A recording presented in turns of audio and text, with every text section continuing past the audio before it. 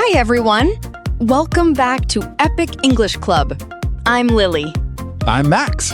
I'm happy to be here today. Here, we make everyday English feel easier. With simple words, real examples, and real conversations. Max, let's talk about a moment many English learners know. Okay? You are at a coffee shop, a store, or maybe an airport. Right. Just a normal day. Someone asks you something in English. And suddenly, it doesn't feel so normal. You hear the voice, but the words are not clear. That happens a lot. You smile because you want to be polite. But inside, you feel nervous. Your brain gets quiet.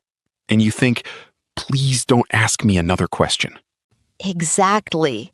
Even easy English can feel hard in that moment. I have felt that too.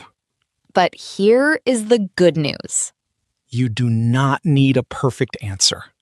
You just need one simple way to ask again. Exactly. And that is what we'll practice today. We'll practice 7 key phrases for moments when you don't catch what someone said. We'll feel the situation first.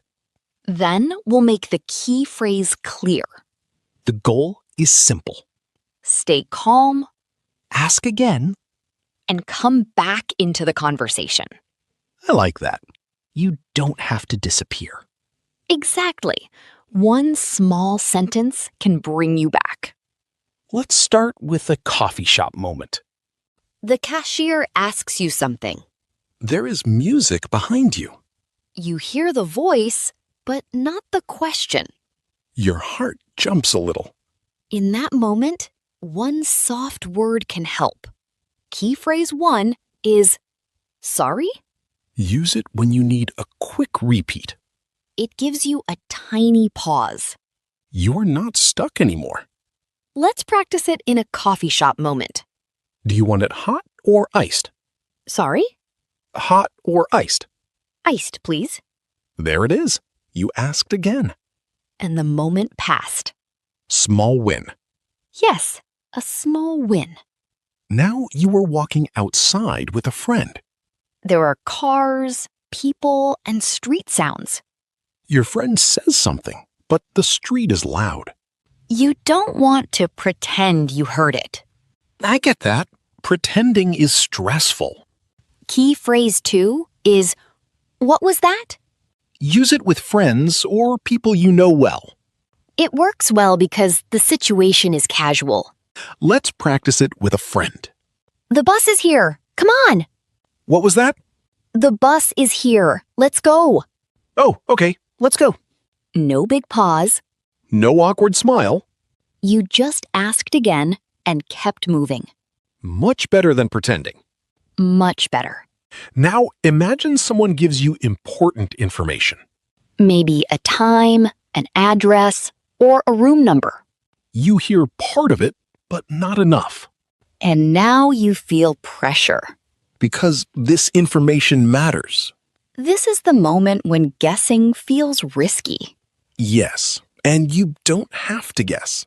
Key phrase 3 is, could you repeat that? Use it when the information is important. It gives you a careful way to ask. Let's practice it in a short phone call. Your appointment is at 10:30 on Friday. Could you repeat that? Sure, Friday at 10:30. Great. Thank you. Much better than guessing. Yes, you sound careful, not lost. Exactly. Now you are at a store. You are paying for something. The cashier explains something about the receipt. You miss the sentence. The line behind you is moving. You feel a little rushed. That can make your face feel warm. Totally.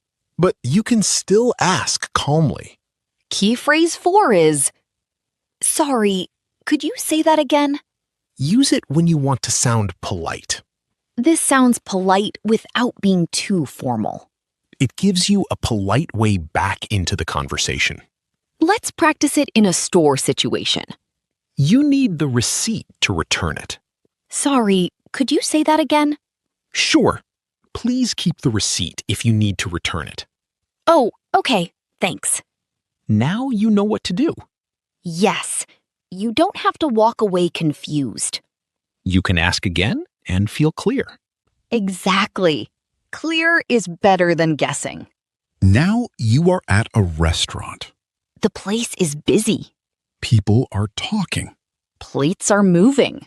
Music is playing. The server asks you something. You hear the sound, but the words disappear. I have had that exact moment. Same. It is so easy to miss one small question. Key phrase 5 is, I didn't catch that. Use it when the words disappear in noise. It is honest, and it does not blame anyone. Let's practice it in a busy restaurant. Would you like water with that? Sorry, I didn't catch that. I asked if you'd like some water. Yes, please. That response helps. Right. You were just saying, I missed the words. And that is okay. Totally okay. Now, let's talk about missing one small detail. You are at an airport. There are announcements. People are walking past you. Someone says a gate number, You hear most of the sentence. but the gate number is gone. One tiny detail disappears, and suddenly you need help. I know that feeling. The whole sentence was okay, but one word was missing. Key phrase 6 is, sorry, I missed that. Use it when one small detail is gone.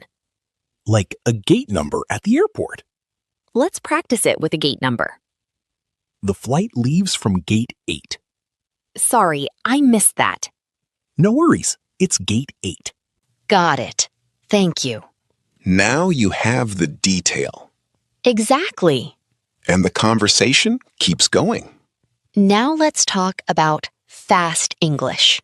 This one can be really stressful. Someone is speaking too fast. You understand one word, Then another word. but the full sentence runs away. You start to feel nervous. And when you feel nervous, you miss even more. That can feel frustrating. It really can.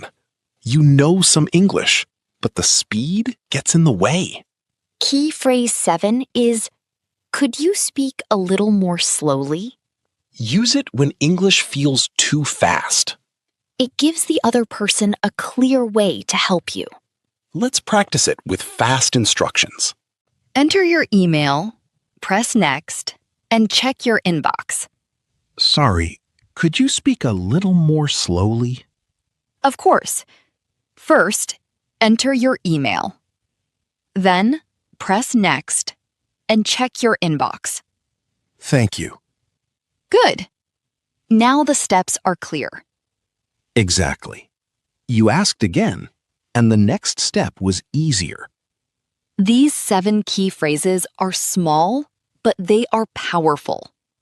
They give you something to say when your mind goes blank. And that changes everything.